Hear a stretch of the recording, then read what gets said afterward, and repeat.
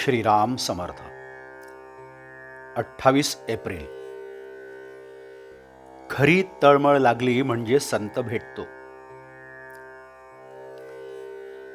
असंताची आवड नाहीशी होईल तेव्हाच संत हवासा वाटेल. विषय आपल्याला त्रास देतात, पण ते सोडावे कसे हे समजत नाही. जंगलात सापडलेल्या माणसाप्रमाणे आपले झाले आहे. आपली वाट चुकली आहे असे ज्याला वाटेल तोच जंगलातून बाहेर पडण्याची वाट विचारतो. आता वय फार झाले, काळाच्या स्वाधीन होण्याची वेळ आली. रामा तूच आता तार, अशी तळमळ लागली तरच संत सहवास लाभेल. सत्संगती हवी असे आपण म्हणतो खरे, पण मागतो मात्र असत. मग आपल्याला सत्संगत कशी मिळेल? स्वतःला कसे विसरावे हे कळण्याकरताच संताला शरण जावे. आपले विस्मरण म्हणजे भगवंताचे स्मरण.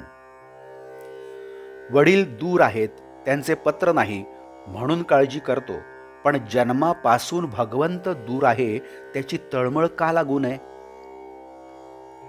आपण नामस्मरण करतो, पण ज्याचे नाम घेतो तो कोण असा विचार करतो का?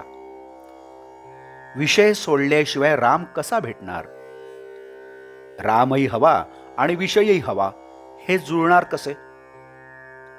मला जोपर्यंत चिमटा घेतलेला कळतो तोपर्यंत कर्ममार्गानेच जाणे जरूर आहे. कर्ममार्ग सांभाळताना करता मी नव्हे ही भावना सांभाळणे जरूर आहे.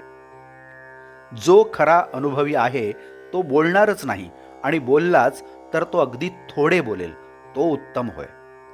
अनुभवी खरा, पण नाईलाज म्हणून जो बोलतो तो त्याच्यापेक्षा थोडा कमी समजावा.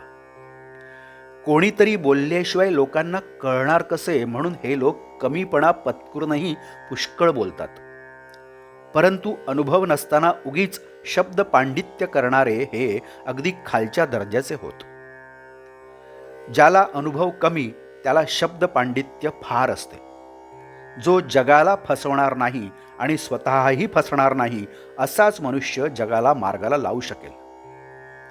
कित्येक साधू दगड मारतात किंवा शिव्या देतात, तरी लोक त्यांच्या मागे लागतात, कारण त्यांच्या शिव्या देखील आशीर्वादाप्रमाणे असतात. हे कित्येक लोकांच्या ध्यानी येत नाही.